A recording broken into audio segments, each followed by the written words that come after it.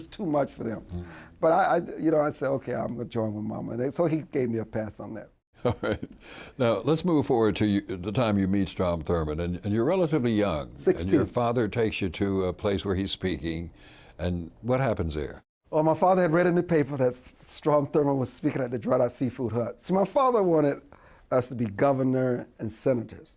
His attitude was he was going to make a lot of money.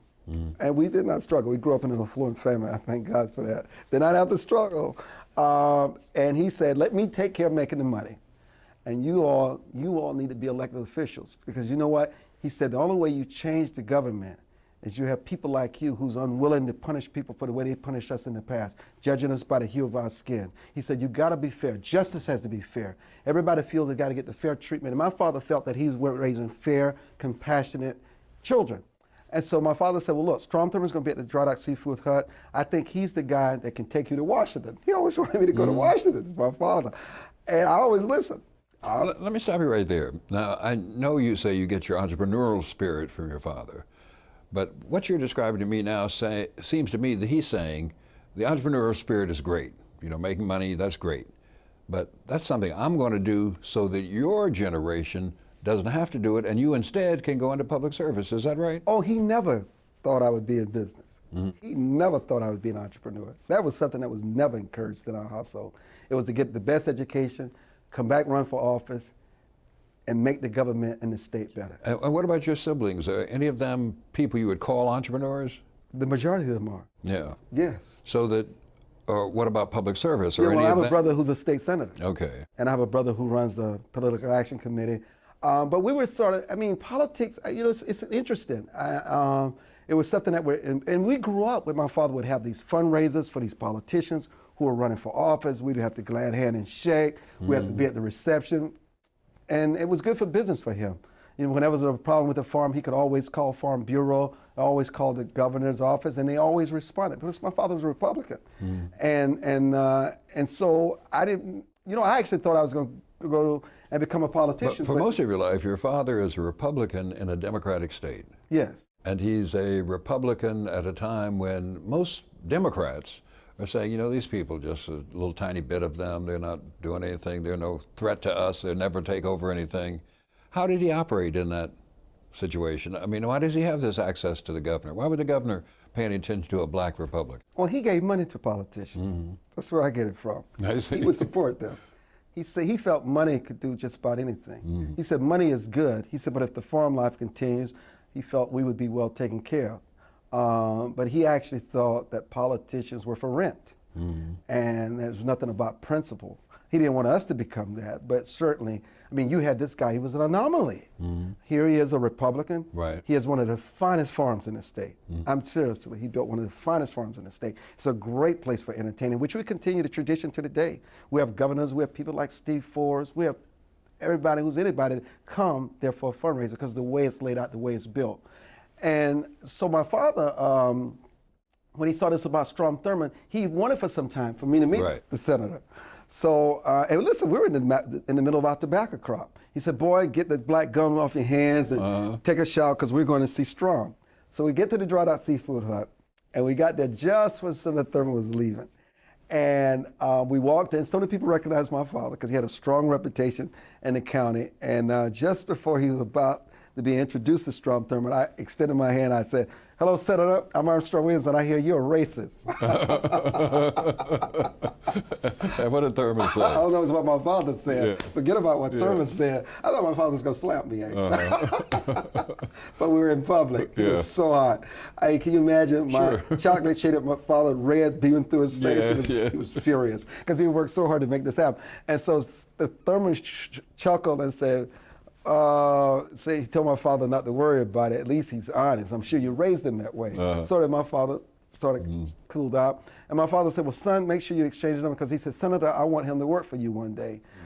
He said, a lot of people say these things about you, but I told my boy, you get to know people before you judge them. And I want my boy to get to know you because I have plans for him and I know you can help him. So my father was really doing all the talking. I was still sitting back there, not afraid to say anything else because I didn't want to get on his bad side anymore. So now we exchanged cards. And the senator said to me, you sound like a bright young man. What grade are you in? He said, when you graduate from high school, if you ever want to come to Washington and intern for me, come work for me. Why don't you decide whether I'm a racist or not? So he issued me a challenge. Right. So, look, it was like what went straight over my head. I had no interest in following up with Senator Thurmond. So my father stayed on me, and sure enough, I would write him, and he would always write back, and he would call every now and then. And so what happened was, I got into college, and at the end of my freshman year, I started thinking about my father's tobacco fields and sand logging and cropping tobacco. And I said, you know what? I have got to find something else to do other than working on that tobacco farm during the summer. So I said to my father, I said, I'm kind of trying to get some other experiences during the summer to expand my portfolio. He said, boy, you need to follow up with Strom Thurmond and go work with him. He said, I've been telling you this. He said, because that's not, I'm going to put your aid back in this tobacco field. That's the way my father talked, right? So sure enough, I did not want to work in the tobacco field that summer. So I called Senator Thurmond, never forget it. He called me back the next day. I said, you know, I've been thinking about you. He said, I've gotten your notes periodically. I said, I want to take you up on your challenge. I want to come intern for you and just see what Washington is like. And I tell you this, I'll never forget this. When I went to Washington, when I came to Washington, I went to the Capitol. It was at night, and I looked over the Capitol, and I had this feeling. You know, it's instant. It was my first time out of the state of South Carolina. All I know was rural, South, outhouses, not our own, just a whole different world. And when I saw that, I said, oh my God. I began to see my father's vision, and I fell in love with another way of life that I felt that I could really thrive at. So I started working for him, and I worked for him almost every summer, and that began the relationship. And I have to thank my father because he had vision, but the difference was, unlike some people today, I trusted my parents more than I trusted myself. I knew that my father, and he's crazy sometimes, would absolutely not give me advice unless he had my best interest at heart. And even though he was not educated like some parents, I knew my father loved me, and I knew my father had a strong inner spirit about what we were capable of doing. And he encouraged that. And so that started me to actually believing that I could run for public office. Isn't there an anomaly between your description of your father as someone who does not trust the government and is suspicious of the government, and then someone who sends you to, in effect, work for the government and become a part for it, and whose aspiration is that you will become a part of the government? But what I said to you, it was an interesting thing about Daddy, is that he felt that the government would change and that it would be better. Maybe not during his time, but in a time when his children would come along, that the government would be ready for someone like us to effect change. Realizing that it would always be imperfect. The government is representative of its people. In order for the government to do better, you've got to have good people to run for office with strong values and a different way of looking at life. So his distrust of the government, true, that exists, but he never lost faith that the government could change much later down the road and be better as more and more people are allowed to participate in that system of government. Now, when I'm thinking back about Strom Thurmond, one of the things I remember about him is he had a reputation, as you've discussed, for being very close to his constituents. A constituent service like nobody's business. That of all the senators, if you wanted somebody to return your call or write your letter back, Strom Thurmond was the guy. What did you do when you interned for him these summers, and what did you pick up from him? Or did you pick up things from him that you've carried through life? Well, you know, for some reason, the senator liked me. I have to tell you. You're a likable guy, aren't No, you? no, it was much more than that. He would, in the evenings, he would ask me to stay late, and he would share with me letters from constituency. He would share with me how legislation worked in the Congress. He would take me over privately to Capitol Hill, to the Congress, to the Senate, and show me how the different bodies, the majority leader, and how all the interactions of the Congress worked. He would show me how a bill was put together. And did he treat his other interns as well? No, did not. And they were really, couldn't understand it. It was different. I cannot explain it. My mother said it was her prayers, but I was in class. I was with the historian all the time. And during Thanksgiving, when I really started working with him, when I could not come home, even when I had a job in Washington, during Thanksgiving, it was always, if I were in town, he would bring me over to his office just before Thanksgiving. He'll let me see all the things that are going on, the things that he's involved in, things that may be in the press versus what the reality of it is. And I'll never forget, I got to tell you something, I really respect the Strom Thurmond. I must tell you, more than anybody else, more than Justice Thomas, Strom Thurmond has had more of an impact on my life than anybody. I'll tell you why, because he was very kind to me. And he was very sincere, and he was very honorable. He said, you know, I was a racist. He said, let's be clear. He said, I was a segregationist. He said, but I had to be. He said, but let me tell you something. I fought against the poll tax. I did what I could. He said, you must consider the times. He said, but it's men like you, like your father said, who must change those times. And he said, your father is a good man. I have a lot of respect for him. And I have a lot of respect for how he's raising you because you're inquisitive. He said, I like the fact that you asked me whether I was a racist. He said, because most kids don't have the confidence to ask a senator something like that. He said, you didn't ask that to insult me. You were inquisitive as to what you were getting into.